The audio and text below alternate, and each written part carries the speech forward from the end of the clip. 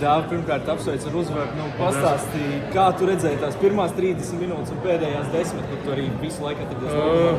Pirmās sākums bija tāds grūts, ja viņi tā aizsardzībā mainījās. Vai grūti dabūt kaut kādu ritmu.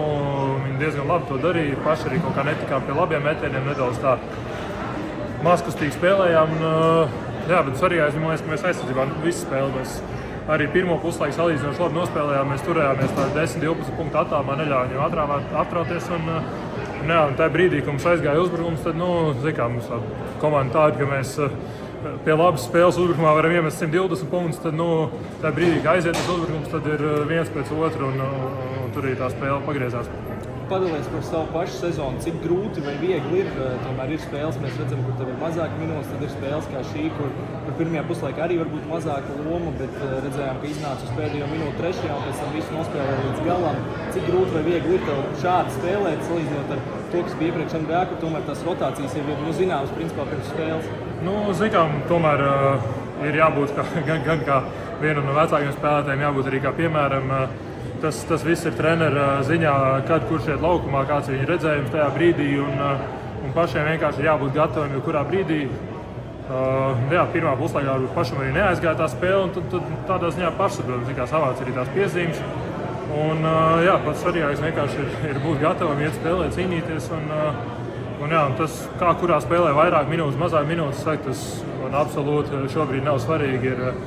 Ir tomēr spēlējot Eiroligā, tas nav tā, ka mums ir kaut kāds mērķis sasniegt kaut kādu labāku līgumu, izcīnīt kādā citā komandā vai nezinu, sev kaut ko labāk nākotnē meklēt. Tomēr tas ir augstākais līmenis lielākajai daļai šo spēlētāju, kam varbūt nebūs iespēja NBA uzspēlēt, tad cīnies pūzēt katrā spēlē, tas vienīgais mērķis. Nav noslēpums, ka tu esi viens no labākajiem metējiem vispār pasaules basketbolā un arī savā komandā. Redzējām, ka šodien pie tiem spāņu pick-and-rolliem tev ļoti cieši tur pie tiem muguras aizsargiem sēdz un neļauj tik pie tiem brīviem metieniem. Un cik viegli tev ir kā snaiperim atrast tās savas iespējas, jo redzējām arī beigās tie divi, ko iemet, tomēr bija tādi mazliet trakāki. Ir kā kur komanda, kā viņi spēlē aizsardzības. Maiņas aizsardzības ir ļoti grūti tikt pie tādiem brīvākiem metieniem, jo tas parasti viņi tiks galā 2-2, neviens īsti nepalīdzēs, un ja nepalīdz, tad mazāk tās iespējas rodās, protams. Bet, kā jau es teicu, man uzbrukumā tomēr arī tas uzdevums vairāk ir būt laukumā, atrasties pareizajā vietā, kustēties, piesaistīt to uzmanību, lai citiem spēlētājiem vairāk atrietinātu rokas, lai var vieglāk bez palīdzības iziet caurgājienos. Padalies par to mentalitāti, kas šobrīd ir komandā. Šī spēle bija svarīga abām komandām, ļoti svarīga pat no turnīra tabulas viedokļa, Žalgirim par play-off, jums par turpināšanu par play-in. Kāda ir tā mentalitāte tagad, kad ir divas spēles tikai atlikušas? Es saku, mentalitāte vienkārši katrā spēlē cīnīties. Mēs sev varam ielikt pēc iespējas labākajā pozīcijā, uzvarot atlikušās divas spēles vēl. Un tāpat tās nav nekādas garantijas vēl, tā kā es saku, mēs skatāmies paši sevi, uzvaram, ja paveiksies lieliski, ja nepaveiksies, mums vēl ir turpinās cīņa Adrijas līgā. Nedaudz arī par tavu pašu sezonu. Kāda ir šī sezona tevis paša vērtējumā un varbūt vēl par tādu sastāvu? Cik ir vieglāk tagad, kad ir arī Harijs komandā? Te vienmēr ir forši, ka ir kāds savējais izbraukums. Vairāk sanāk, ka laiku pavadīju kopā, vajadzēja kādreiz vakariņās tā, ka arī ārpus mājām parunāt latviešu valodā ir ļoti patīkami. Tā sezona kopumā tāda no kalniem pa lejām bijušas traumas dažādas, diezgan laika sanāca izlaist.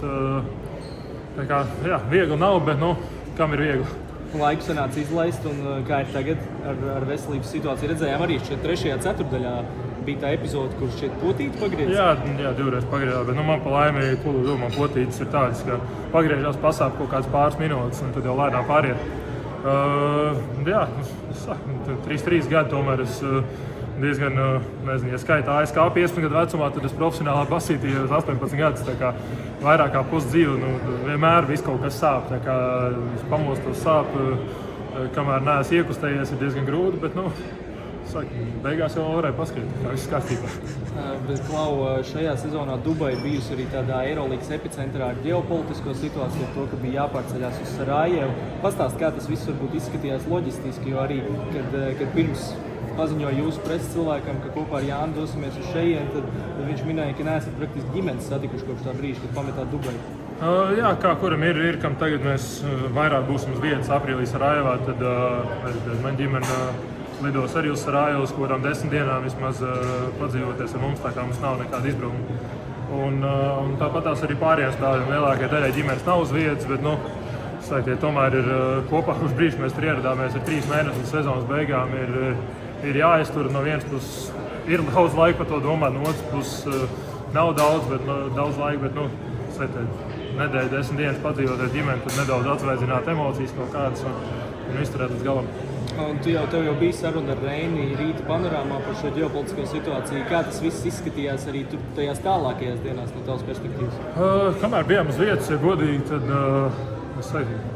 tik pa brīdim varēja dzirdēt, ka pārtvertos drons vai kaut kāds raķetes, tad tie ir tikai kaut kāda skaņa, pa brīdim varēja dzirdēt, bet tā kopumā mēs dzīvojam nedaudz privāti mājā ārpus tādiem apdzīvotākiem rajoniem, kur nav ne turistiski vieta, nekas, tad baigi maz kaut ko varēja just. Un redzot, kāda laikapstākļa šobrīd šeit ir, tad mēs smējāmies sievu, ka varētu arī braukt atpakaļ. Ja viss būtu ar mieru tur spēlēt, varētu arī braukt atpakaļ. Jā, un arī vēl pavisam nesen Latvijas izlasē ir bijušas pārmaiņas galvenā trenera amatā. Tu tomēr esi viens no Latvijas izlases līderiem. Kā tu redzi šo gājienu no Latvijas Basketbola Savienības? Man tomēr es neesmu bijis tik daudz tur klāt, kopš brīža, kad Sito bija nesenāts arī viņu uzspēlēt. Bet, tomēr tāds neveiksmīgs sākums, kas tiešām ir samazinājis tās cerības tikt uz pasaules kausa. No tā viedokļa es domāju, ka varbūt tāds labs brīdis Jānim pārņemt. Ja izdosies veiksmīgi, tad Jānis būs varonis. Ja mums neizdosies tikt uz pasaules kausa, tad vismaz viņam ir ļoti daudz laika līdz nākamajam ciklam izlases sagatavot un atrast tādu kopīgo valodu ar visiem. Cerams, ka tas nākotnē vismaz ilgtermiņā dos mums labus rezultātus. Vai jaunais galvenais treneris jau ar tevi ir kādā veidā sazinājies? Neesam runājušies, bet mēs jau tomēr tik ilgu laiku kopā bijuši. Tas tādā ziņā liekas, ka no manas puses beigās pārmaiņas neliksies, ņemot vērā, ka šos 2 logus sanāca izlaist. Tik cik manā uztverē, tik cik asistents ir ieņēmis ar galvenā trenera vietu. Ja mēs tev tagad jautājam, vai Jānis Gailīts var rēķināties ar tevi jūnijā pārbaudas spēlēs un jūlijā šajās 2 kvalifikācijas spēlēs? Zini, kā man ir šobrīd, es protams, labprāt, bet pienāks vasara, jāredz, kāda ir sajūta ķermenim ar veselību, viss kārtībā, tad, protams, ka ir pozitīvāks skats to visu. Bet, šobrīd viss fokus ir pabeigt šo sezonu pēc iespējas labāk, cerams, pēc iespējas labākā formā, un tad skatīsimies nākotnē. Pats noslēdzošais šodien atrodies vistuvāk mājām šajā sezonā, vai atbrauc kā ģimenes locekļi, mamma, tētis, brālis, nevarēja skaidrs? Jā, sieva ar bērniem atbrauc, jā, bet viņi sanāk lido ar mums kopā atpakaļ uz Sarajevu. Es domāju, jebkurā gadījumā būtu braukuši arī, ja nebūtu tāds plāns bijis, tad viņi tādi no ģimenes vienīgie aģents atbrauc, tie arī vienīgie cilvēki. Tad es redzēju diezgan daudz latviešu kopumā. Ko tev novēlēt sezonas izšķirošiem un pēdējiem nogriezieniem? Veselību un tikai uzvaras. Super, paldies!